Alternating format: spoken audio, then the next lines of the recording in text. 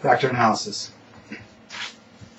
This document and its accompanying discussion is aimed at familiarizing readers so they can read and interpret at a reasonable level a factor analysis. The ability to read and interpret will be as sophisticated as can be expected from a short review of a complex topic and a complex method. Definition of factor analysis. Factor analysis refers to a variety of statistical techniques whose common objective is to represent a set of variables in terms of a smaller number of hypothetical variables. Basic premises and assumptions of factor analysis. FA assumes that the observed variables are linear combinations of some underlying, meaning hypothetical or unobservable, factors. This means that variables are either scored dichotomously, scored 1 for the correct response and 0 for incorrect, for example, or multi-point responses are treated as an interval scale. There are at least two ways to manipulate responses of subjects such that ordinal data can be transformed into interval data. Thurstone's and Gutman's methods, for example. I will not go into these during this presentation. When I say these, I mean the Thurstone and Gutman method to transform ordinal data into interval data. So, just as a review real quick, NOIR spells noir, and that's the acronym for nominal, ordinal, interval, and ratio. Those are the four types of data that we can use in statistical analyses. And they are all converted, basically, into an arbitrary set of numbers. So the phenomenon we're trying to study in psychology, again, is put into a numerical value, assigned a numerical value, and try to get as good at that as we can. And that's really what is at the heart of psychometrics. Okay. Factor. A factor is a, quote, a construct operationally defined by its factor loadings, unquote.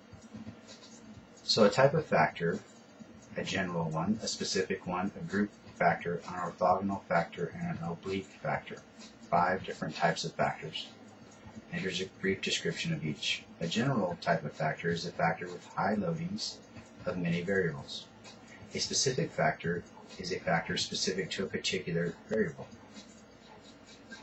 A group type of factor is a factor with loadings on a group of variables fewer than a general factor.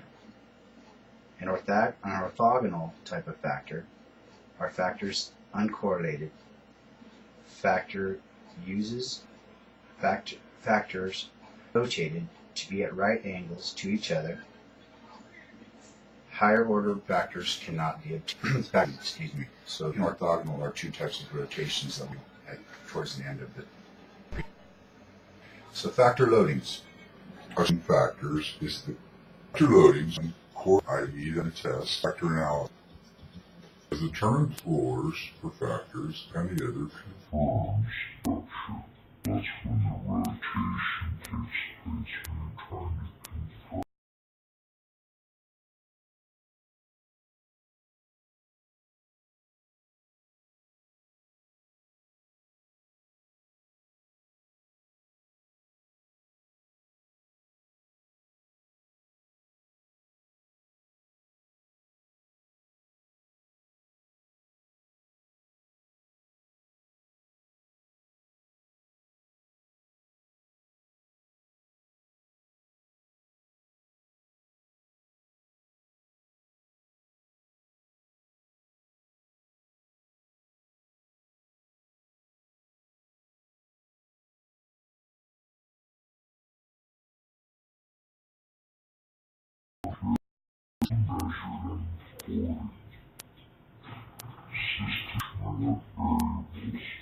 Stimulate persons, concepts, etc.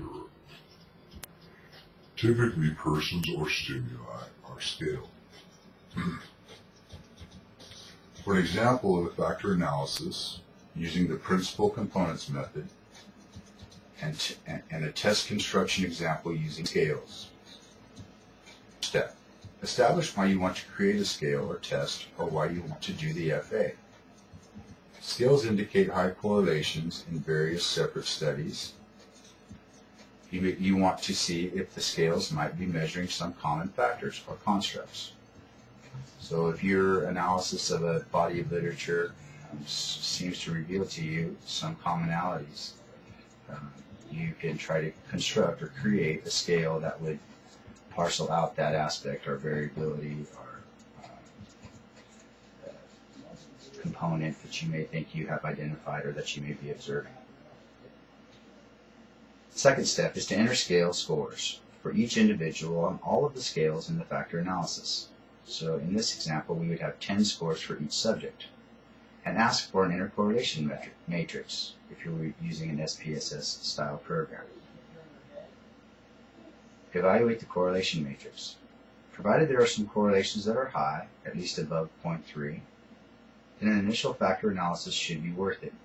If there are no correlation between the scales, then there will be no intelligible factors extracted from the intercorrelation matrix. So if you will look at table 6.1, which I've got up here, I'll try to get that a little closer so you can use your copies. This is an example of an intercorrelation matrix. The third step in a factor analysis using the principal components method is the initial factor analysis. Here's where you want to go to table 6.2. And that is this one here.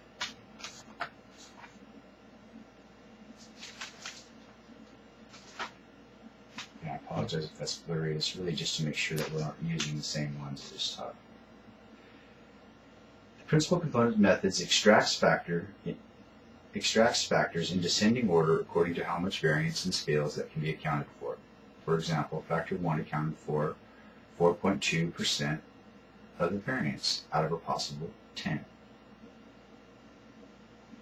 Hopefully you can find that on that page, and it's circled down there towards the bottom on factor 1. If you notice, there's 8, 9, 10 different factors there and 10 different scales.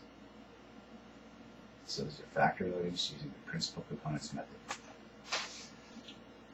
Characteristics of a factor analysis in summary. 1. Factor loadings. So remember what we had spoke about above with respect to factor loadings. Factors. The initial FA should extract as many factors as you have items or scales. The total number of scales or factors is the total variance in scales or items that can be accounted for by the factors. So 10 scales in this example and 10 factors should be extracted. If you notice, scales go down in a column, 1 through 10, and across are the factors in Roman numerals 1 through 10. So they should be there. Eigenvalues. This is the amount of variance accounted for by each factor. These numbers can be easily translated into the typical range of values we look for in variance, 0 to 1. Just take the eigenvalue and divide it by the total number of items of scales included in the factor analysis. 4.20 divided by 10 equals 42% of the variance. A typical criteria for including factors in the final factor analysis is that they are greater than 1.0.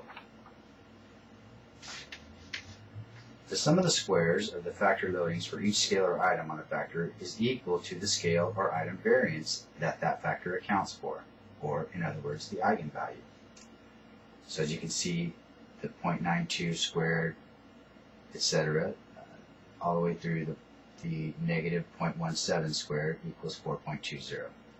That's how you get to that sum at the bottom. If you add up all of the factor 1 loadings across all of the scales, it starts at scale under factor 1 and ends with scale 10 under factor 1, the negative 0.17 and positive 0.92 at the top. Alright. Okay, I'm going to video here and it will continue on the second video for factor analysis. Thanks.